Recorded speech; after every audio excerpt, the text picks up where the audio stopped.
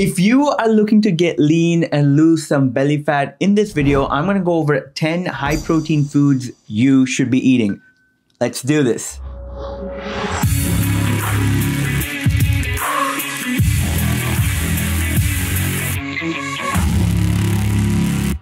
Hey, what is going on, guys? Welcome back to the channel. If there's one macronutrient that can make the difference between you looking skinny fat and you looking lean and muscular, it's protein. Once you start adding these foods that I'm about to mention to your diet, you will start noticing a difference. Not only did it help me transform my body multiple times, but it also helped this client of mine who works in the US go from being skinny fat to muscular and losing that belly fat. Same goes with this client. He lost over 30 pounds and built lean muscle to get to the best shape of his life. So if you are ready to get this video underway, please show some love by liking this video. Subscribe to the channel if you are new, if you're a student or a working professional looking to lose fat, build muscle, and live a healthy lifestyle in the most sustainable way.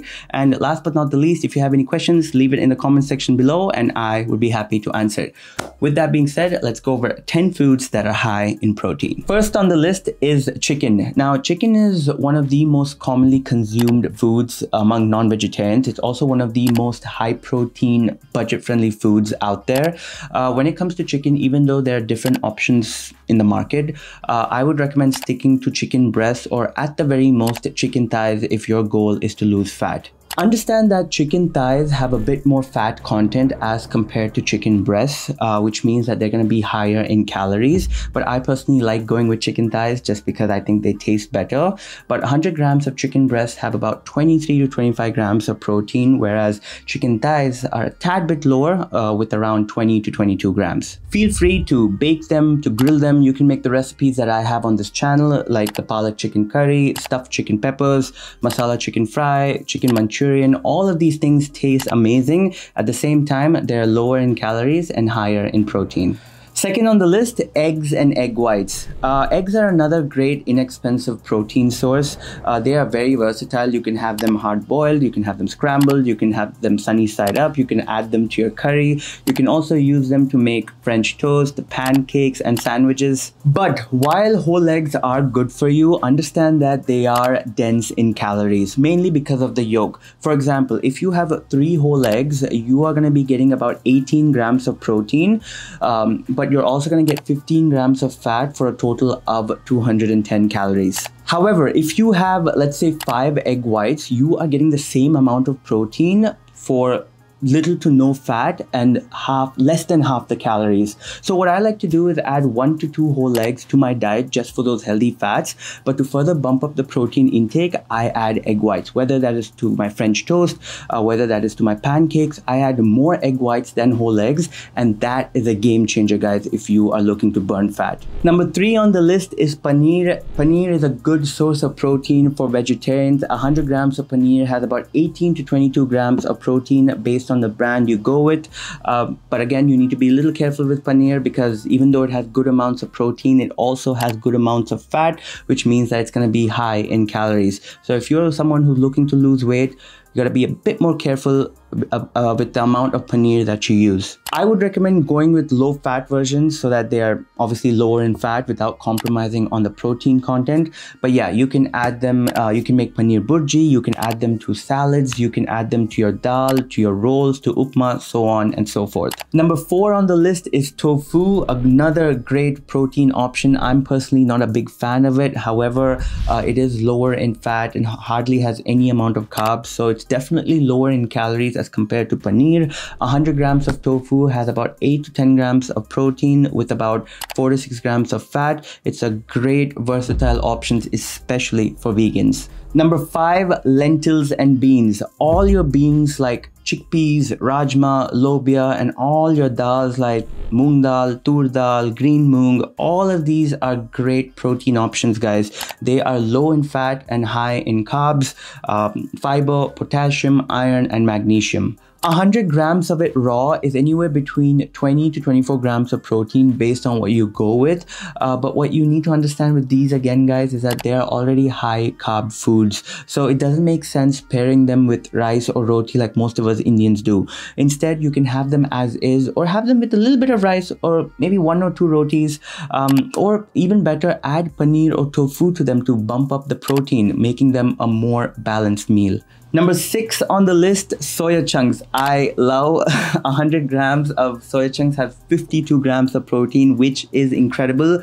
But with that 52 grams of protein, you're also getting about 33 grams of carbs, which means it doesn't make sense filling your plate with large quantities of rice. Again, it becomes a high carb meal.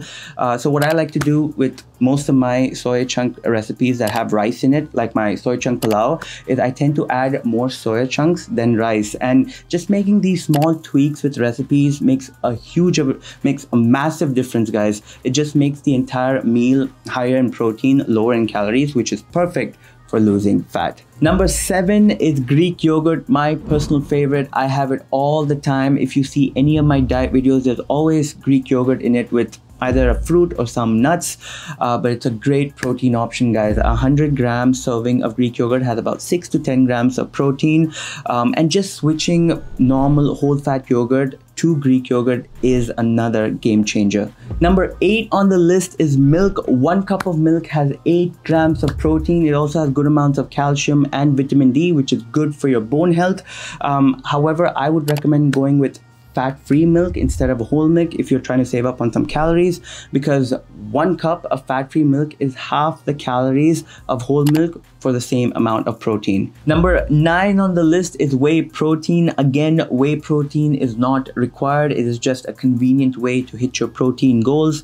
1 scoop of whey protein has about 20 to 25 grams of protein based on the brand or the type you go with. You can add 1 scoop to into a shaker bottle with water or milk, or if you don't have time to cook a meal and you're in a hurry, you can make a protein smoothie by throwing in a bunch of fruits, 1 scoop of whey protein, maybe some oats, maybe some peanut butter, and that can be a meal replacement. Again, guys, nothing special about protein powder apart from the fact that it can help you hit your protein goals on a daily basis. Number 10 on the list, protein bars. Now, if you have been following me for a while, you know that I have a sweet tooth, and protein bars are great to help you with those cravings. If you ever feel like having a chocolate bar or something sweet, substitute it with the protein bar. Just make sure you don't get the ones that are high in fat or relatively high in carbs. I usually go with the Kirkland protein bars that you get at Costco. Really good macros, taste really good too. The other ones that I like are by Pure Protein. Again, very good macros.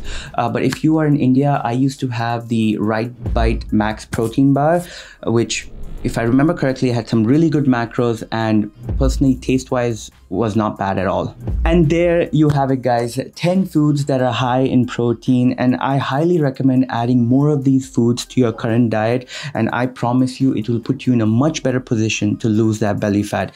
Just switching to a high protein diet will reduce your hunger levels, will help you build muscle, will increase your metabolism, and accelerate the fat burning process in your body. And on that note, we come to the end of this video. I hope you enjoyed it. I hope you found it informative. If you did, please go ahead, give it a like, do subscribe to the channel if you are new, and until next time, guys, you take care, you stay safe, and I will see you in the next video. Peace.